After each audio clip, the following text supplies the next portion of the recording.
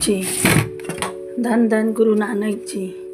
आज मैं कुछ साखी या कुछ गुरु नानक जी के बारे में, गुरु के बारे में लेके आई हूँ कि गुरु के ऊपर भरोसा बहुत बड़ी बात है।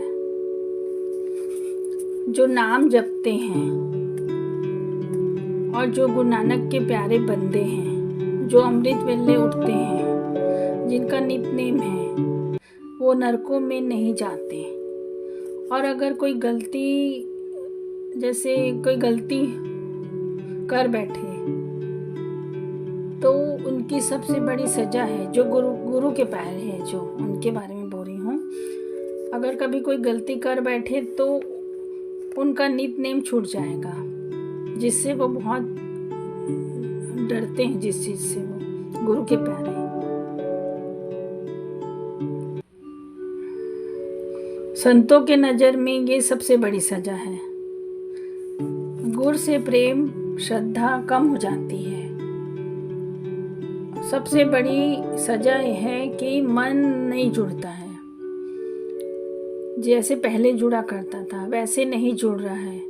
ये सजा है। गलती तो पता चल जाता है कि गलती हो रही है। जो गुरुमुख है उनके बारे में कह रही हूँ, जिनको जो गुरु के प्यारे हैं,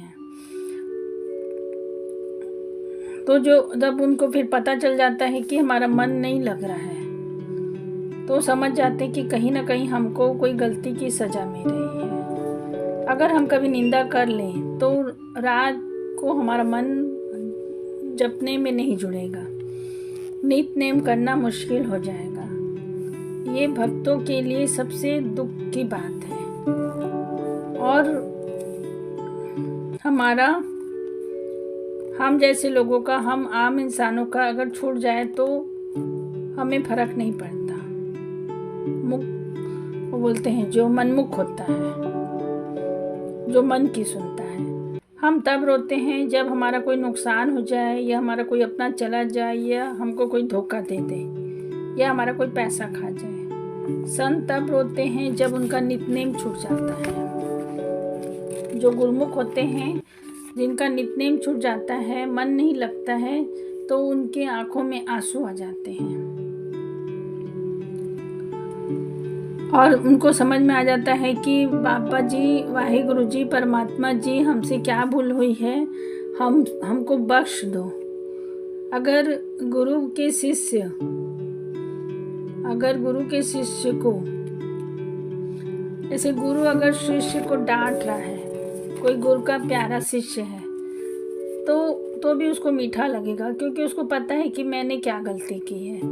उसकी झिड़क भी उसको बख्शिश लगेगी, और तो भी वो गुरु को बढ़ियाई देगा। अब गुरुमुख बोले तो ये गुरुमुख बोले सो पाए गए, सो गुरुमुख को थाय नहीं पाए। मतलब जो गुरुमुख बोले सो थाय पाए, मनमुख बोले सो थाई ना पाए, थाई नहीं पाए। जो गुरुमुख होते हैं, गुरु की तरफ मुख करके जाप करते हैं, गुरु को भजते हैं, गुरु का नाम जपते हैं, और अपना जीवन वैसे बनाते हैं जैसा गुरु ने कहा है। और गुरु उनकी बात को टाल नहीं सकता। मनमुख चाहे कितनी भी अरदास करे, 100 अरदास करे, वो नहीं सुनता, क्योंकि वह उन लोगों की बात नहीं सुनता जो गुरु के हिसाब से या गुरु के हिसाब से अपनी जीवन नहीं रखते हैं। गुरु बोलता है, अगर तुमको सुख चाहिए तो दूसरे को तुम दुख मत दो। और हम मनमुख क्या करता है, दुनिया भर के वो जानवर काट के खा रहा है, उनको तंग कर रहा है, चबा के खा रहा है, और जब तकलीफ आती है तो बोलता है, बाबा जी मेरे को किस जन्मों का दुख मिला है। वह ये भूल जाता है कि वो उसके खुद के कर्म के कारण उसको दुख मिल रहा है।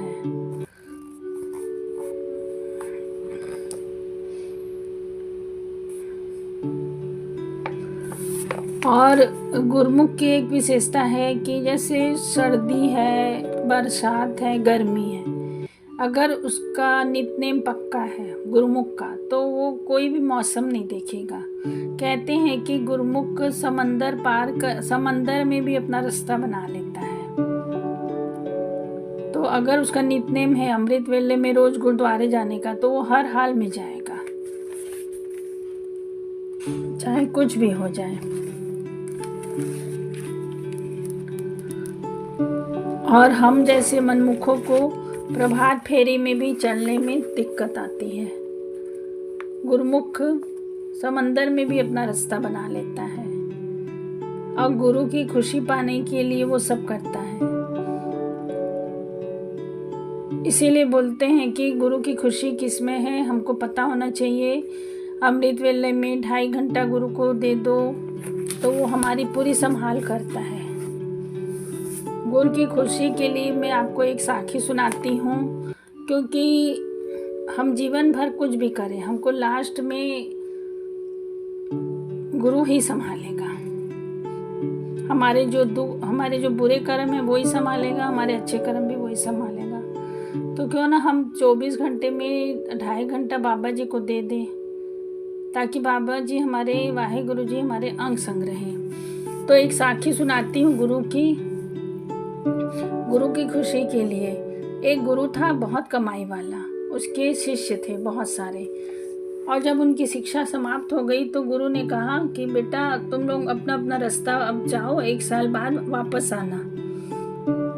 तो सब शिष्य चले गए अपना अपना। हाँ, वो बोले जो सबसे अच्छी कमाई करके लाएगा मैं उसको अपनी गद्दी दूंगा, गुरु बोला।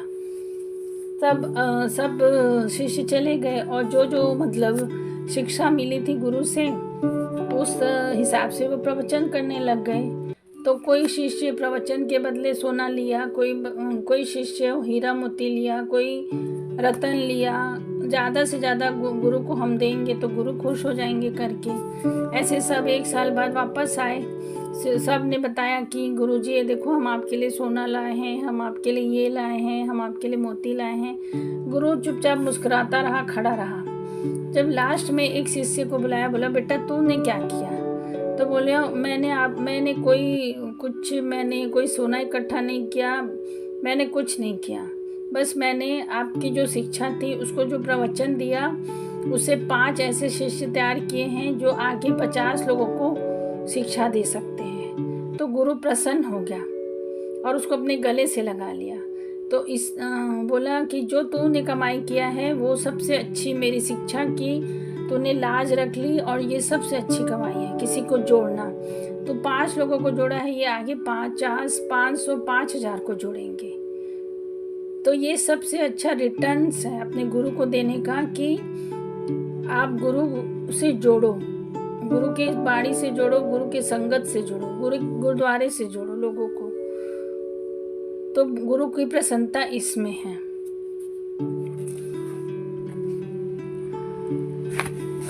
तो ऐसी हमारी छोटी छोटी चीजें हैं जो हमको प्रभावित करती हैं। एक बार की बात है, ये बात है उस समय की जब छठे गुरु नानक जी थे।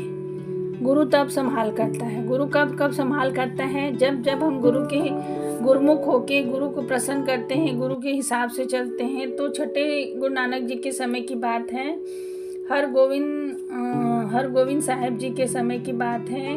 हरगोविंद जी अपने समय में 4 युद्ध लड़े और चारों युद्ध जीते। तो एक समय युद्ध चल रहा था, तो दिन भर युद्ध करने के बाद युद्ध विराम हुआ।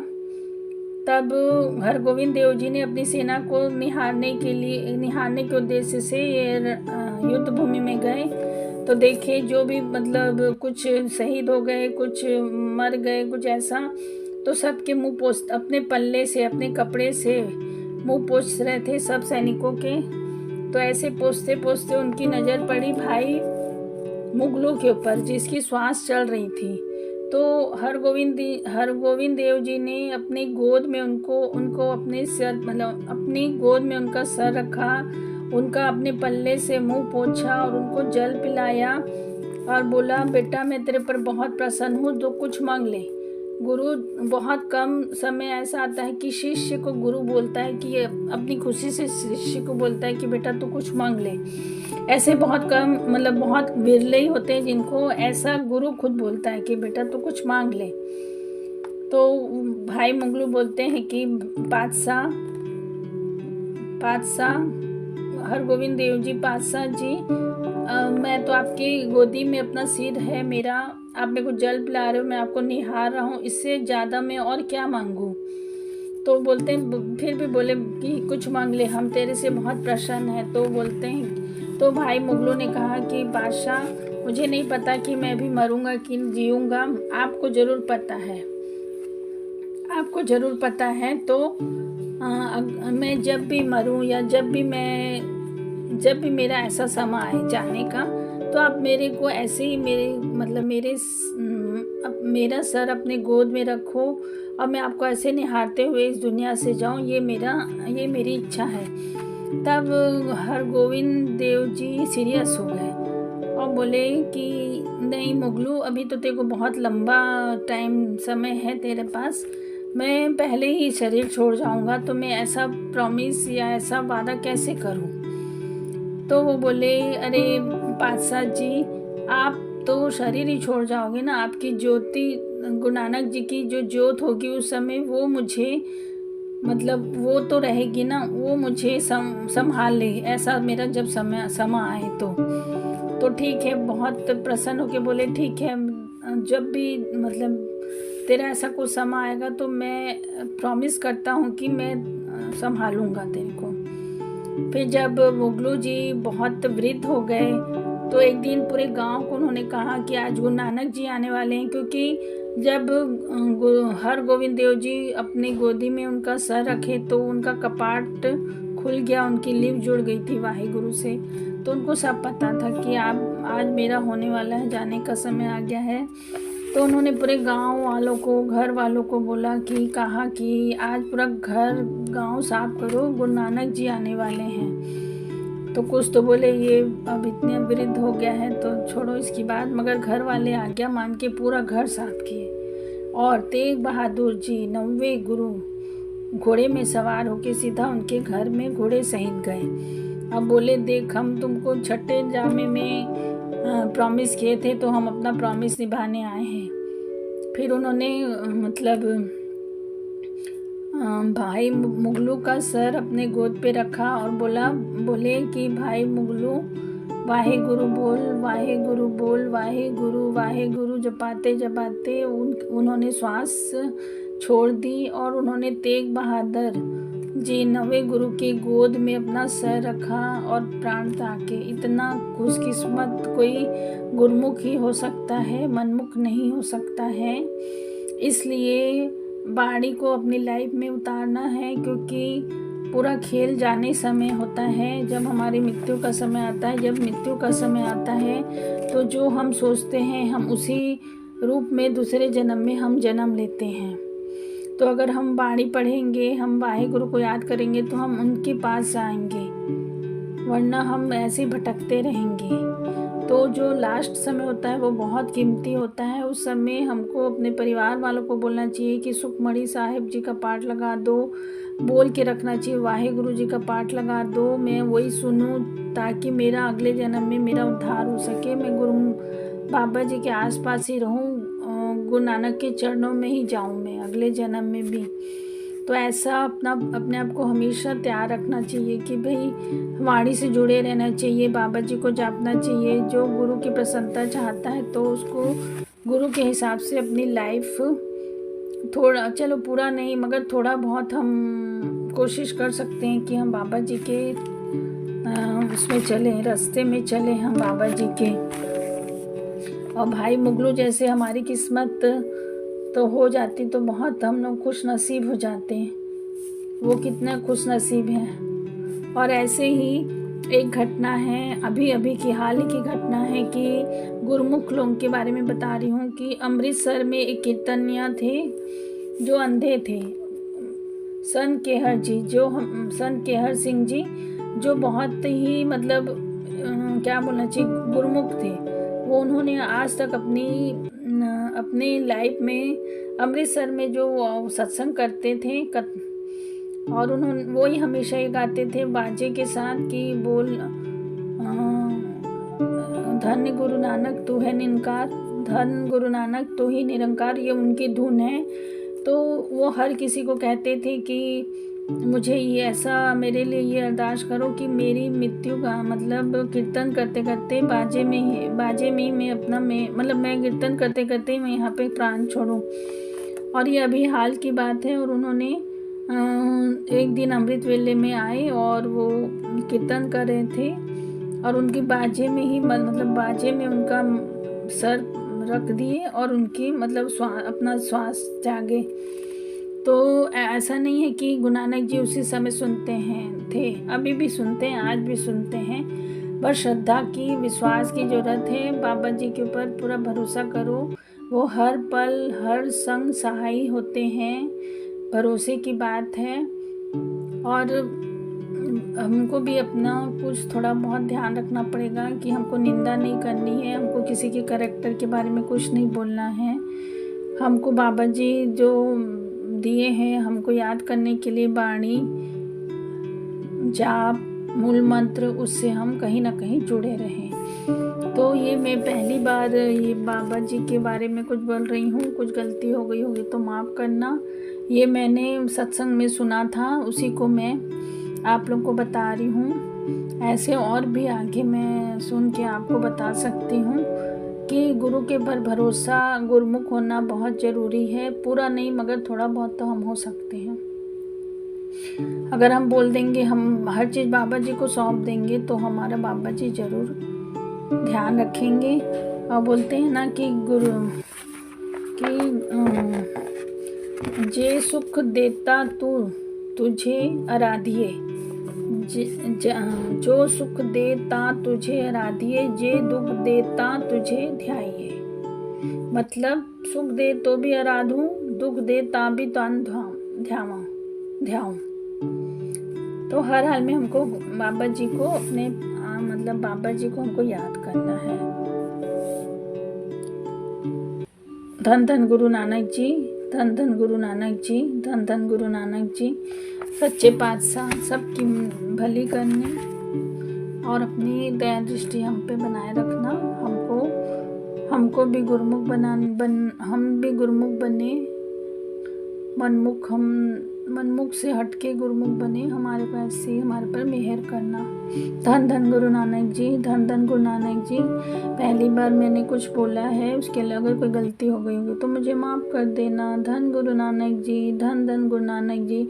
बाबा जी सबके संग सहाय रहें। वाहे गुरु जी, सच्चे पातशाह जी, बाबा जी सबका ध्यान रखें। धन गुरु नानक जी, धन धन गुरु नानक।